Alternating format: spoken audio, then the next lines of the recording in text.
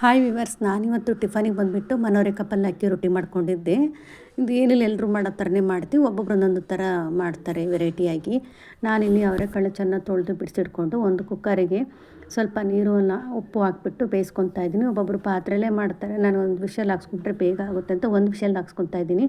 ಇವಾಗ ಪಾತ್ರೆ ತೊಗೊಂಡ್ಬಿಟ್ಟು ಸ್ವಲ್ಪ ಎಣ್ಣೆ ಹಾಕಿ ಸಾಸಿವೆ ಹಾಕ್ಕೊಂಡು, ಸಾಸಿವೆ ಎಲ್ಲ ಚೆನ್ನಾಗಿ ಸಿಟ್ಟಿದ್ಮೇಲೆ ಈರುಳ್ಳಿ ಮತ್ತು ಕರಿಬೇವು ಸೊಪ್ಪನ್ನು ಹಾಕ್ಕೊಂಡು ಚೆನ್ನಾಗಿ ಫ್ರೈ ಮಾಡ್ಕೊತಾ ಇದ್ದೀನಿ.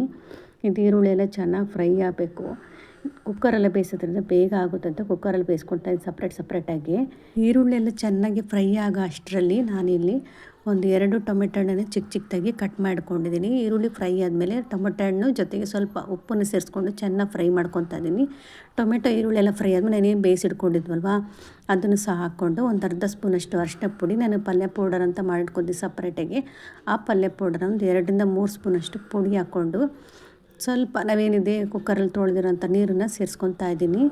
ಇವಾಗ ಸ್ವಲ್ಪ ಕುದಿ ಬಂದಮೇಲೆ ನಾನು ಹಸಿ ಕೊಬ್ಬರಿ ತುರಿ 1.5 ಸ್ಪೂನಷ್ಟು ಕುಶಾಣಿ ಪುಡಿ ಸೇರಿಸ್ಕೊತಾ ಇದ್ದೀನಿ. ಅದ್ರ ಜೊತೆಯಲ್ಲಿ ಸ್ವಲ್ಪ ಕೊತ್ತಂಬರಿ ಸೊಪ್ಪನ್ನು ಸೇರಿಸ್ಕೊಂಡು ಒಂದು 2 ರಿಂದ 3 ನಿಮಿಷ ಚೆನ್ನಾಗಿ ಮಿಕ್ಸ್ ಮಾಡ್ಕೊಂಡ್ಬಿಟ್ರೆ ಬೇಗನೆ ಆಗಿಬಿಡುತ್ತೆ ಪಲ್ಯ. ತುಂಬ ಚೆನ್ನಾಗಿತ್ತು. ಹಾಗೆ ನಾನಿದ್ರ ಜೊತೆಯಲ್ಲಿ ಅಕ್ಕಿ ರೊಟ್ಟಿನ ಮಾಡ್ಕೊಂಡಿದ್ದೆ. ನೀವು ಬೇಕಾದ್ರೆ ಜೋಳದ ರೊಟ್ಟಿ, ಚಪಾತಿ ಯಾವುದ್ರಲ್ಲಿ ಬೇಕಾದರೂ ಬ್ಯಾಟಿಂಗ್ ಮಾಡ್ಬೋದು, ತುಂಬಾ ಚೆನ್ನಾಗಿರುತ್ತೆ. ಹಾಗೆ ನನ್ನ ಚಾನಲ್ನ ಸಬ್ಸ್ಕ್ರೈಬ್ ಮಾಡಿಕೊಂಡು ಸಪೋರ್ಟ್ ಮಾಡಿ.